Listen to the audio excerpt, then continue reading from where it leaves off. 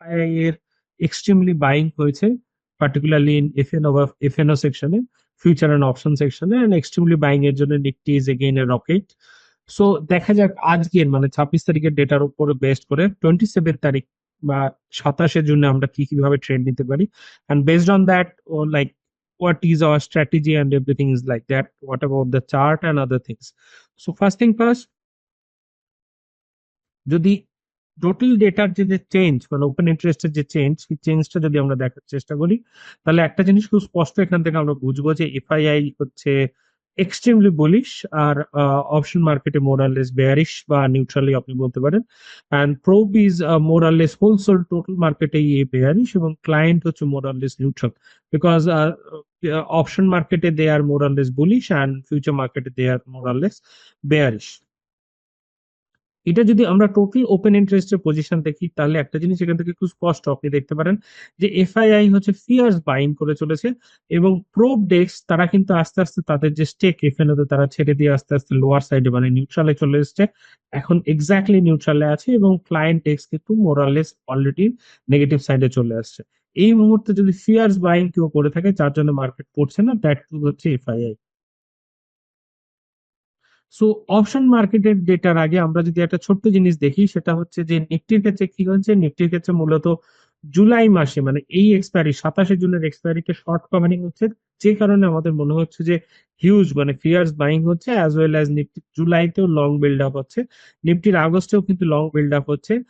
Otherwise bank নিফটিতেও, যেটা আপনার 31 জুলাই মানে পরের এক্সপায়ারিতে হিউজ হেভিলি আপনার লং বিল্ড আপ হচ্ছে। সো মোরাললেস এখান থেকে একটা জিনিস স্পষ্ট যে ইন্ডেক্স ফিউচারে হেভিলি লং বিল্ড আপ হচ্ছে, আর রিসেন্ট মানে 27 জুনের যে এক্সপায়ারি তাতে মূলত শর্ট কভার হচ্ছে।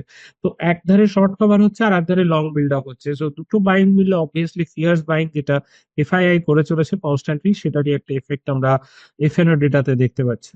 সো যদি আমরা কনসাইজ করার চেষ্টা করি, তাহলে একটা জিনিস বলবো যে এফআইআই হচ্ছে extremely bullish, prop is neutral to bearish, and client is bearish. সেটা হচ্ছে ওভারঅল ফিউচার মার্কেটের যে পজিশন সেটা নিয়ে আমরা বললাম যে এফআইআই, প্রপ এবং ক্লায়েন্টের কি কি পজিশন হতে পারে।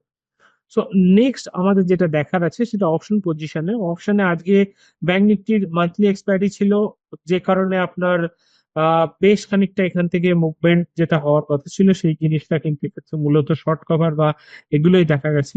সো এফআইআই এর ক্ষেত্রে আমরা একটা জিনিস এখান থেকে খুব ক্রিস্টাল ক্লিয়ার, সেটা এফআইআই হচ্ছে এফআইআই নিউট্রাল, প্রোপ হচ্ছে বেয়ারিশ এবং ক্লায়েন্ট হচ্ছে bullish.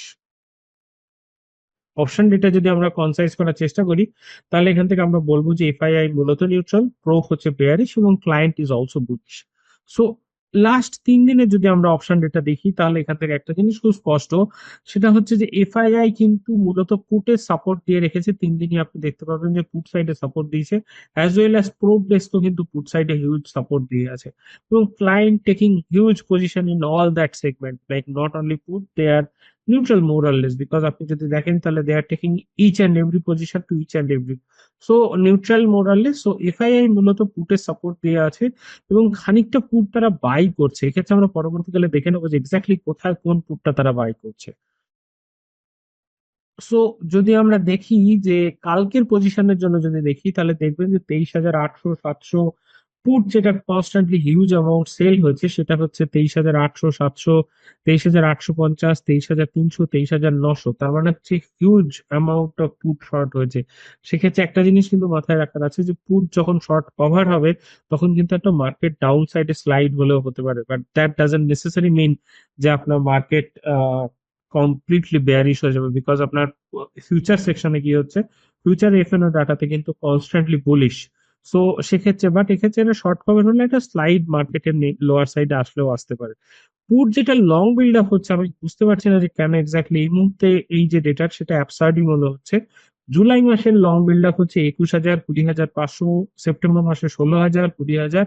So all those I don't think এই মুহূর্তে দাঁড়িয়ে যে বিশাল কিছু এই পুটের লং বিল্ড আপটা এমন কিছু ইম্পর্টেন্ট কোনো ব্যাপার, বাট অ্যাবসার্ডই আমার মনে হচ্ছে, বাট মোরাললেস আপনি বলতে পারেন যে মার্জিন বেনিফিশিয়ারির জন্য হলেও হতে পারে।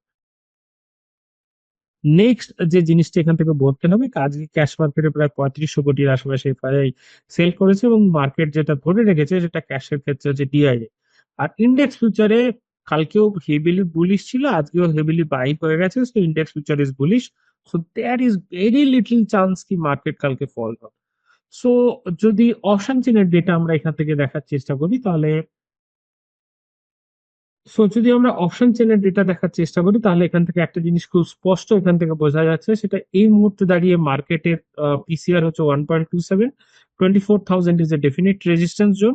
আর পয়েন্ট অফ কনফ্লিক্ট যদি কিছু থেকে থাকে সেটা হচ্ছে যে 23,800, 23,850-এর আশেপাশে। আর মার্কেটে 23,800 পর্যন্ত শর্ট বিল্ড আপ হয়েছে, বিল্ড আপ স্টাডি যেটা আমরা আগেই দেখে নিয়েছি। ডিপ ইন দা মানি থেকে পুটে শর্ট বিল্ড আপ হয়েছে। আর 24,250 পর্যন্ত লং বিল্ড আপও হয়েছে। সো এই মুহূর্তে দাঁড়িয়ে 24,000 is definitely a point of concern, যেটা হচ্ছে রেজিস্ট্যান্স জন্য কাজ করবে। এবং তারপরে মানে মোটামুটি 23,700 থেকে শুরু করে 23,800, 23,700, 23,600 all will be act as a support zone. যদি চার্ট দেখে দেখার চেষ্টা করি তাহলে market crystal clear high, there is no doubt about this. Even মানে এটার যে মোমেন্টাম সাপোর্ট সেটাও মোমেন্টাম সাপোর্টও আছে, there is no doubt about this যে market is crystal clear high. আর এই মুহূর্তে দাঁড়িয়ে 23,600 যে জোনটা, মানে 23,600 যতক্ষণ না পর্যন্ত ডিসাইসিভলি ব্রেক না হচ্ছে ততক্ষণ পর্যন্ত there is nothing to worry about the market.